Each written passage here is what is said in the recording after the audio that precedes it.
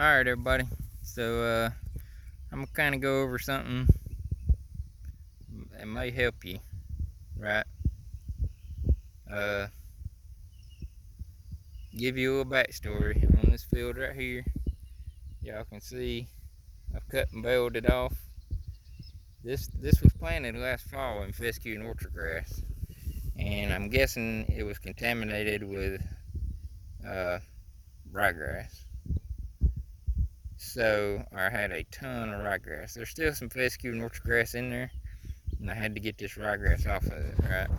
So if I just put cows on here, they would have just trampled the ryegrass down and smothered the fescue and orchard grass out. So I couldn't do that, right?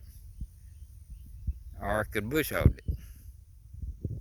And really, I feel like you're wasting it if you bush hog it and you have the opportunity to bale it and feed it to cows later, right? So I made the decision to bale it probably about 2 weeks ago.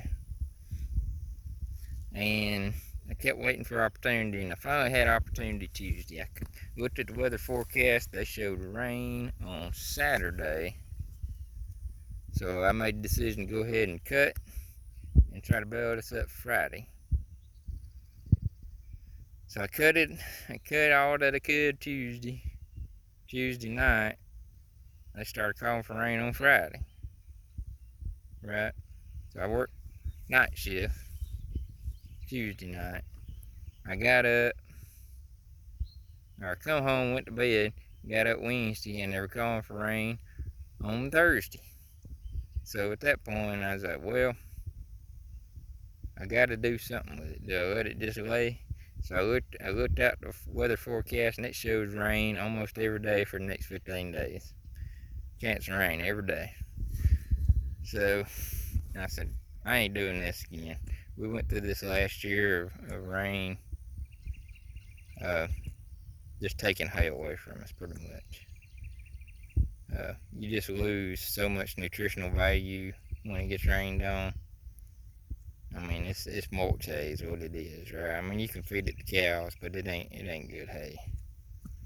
So I made the decision to go ahead and bale it yesterday evening before the rain come in. Actually, as we went through the day yesterday, they started calling for more rain, and then it come in Wednesday night. So I'm glad I baled it off.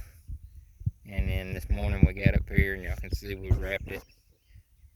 So I like wrapping in these tubes, right?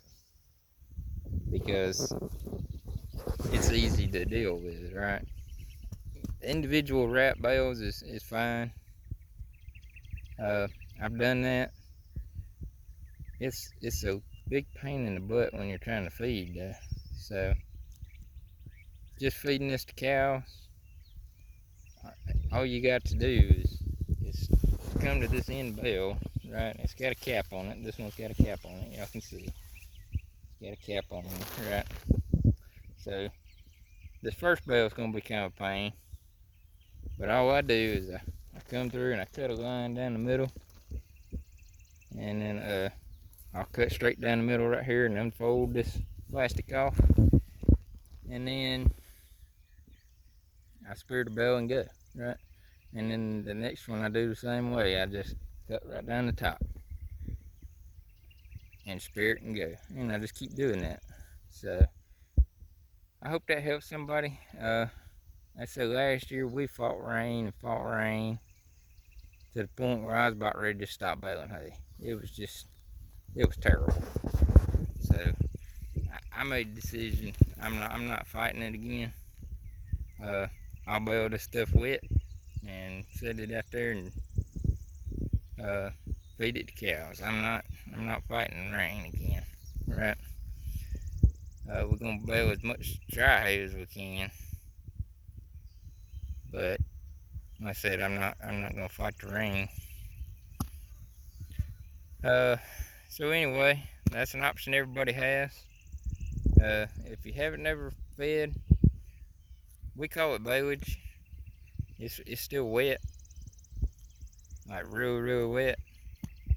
So if you haven't never fed bolage, the first time you feed bolage to a cow, it's like you're feeding them crack cocaine, I think, because they love that stuff. If you set a bowl of bolage out on the ground, they will lick the ground. That's how much they'll eat of it. They'll eat every slap bit of it, right? Now we fell in feeder, so I have like a feeder on skids that holds the bale up off the ground, and Diddy and my uncle, they feed in bale trailers. Like it's got the same kind of principle, except it's on wheels. You know, they can move it. They don't, but they could.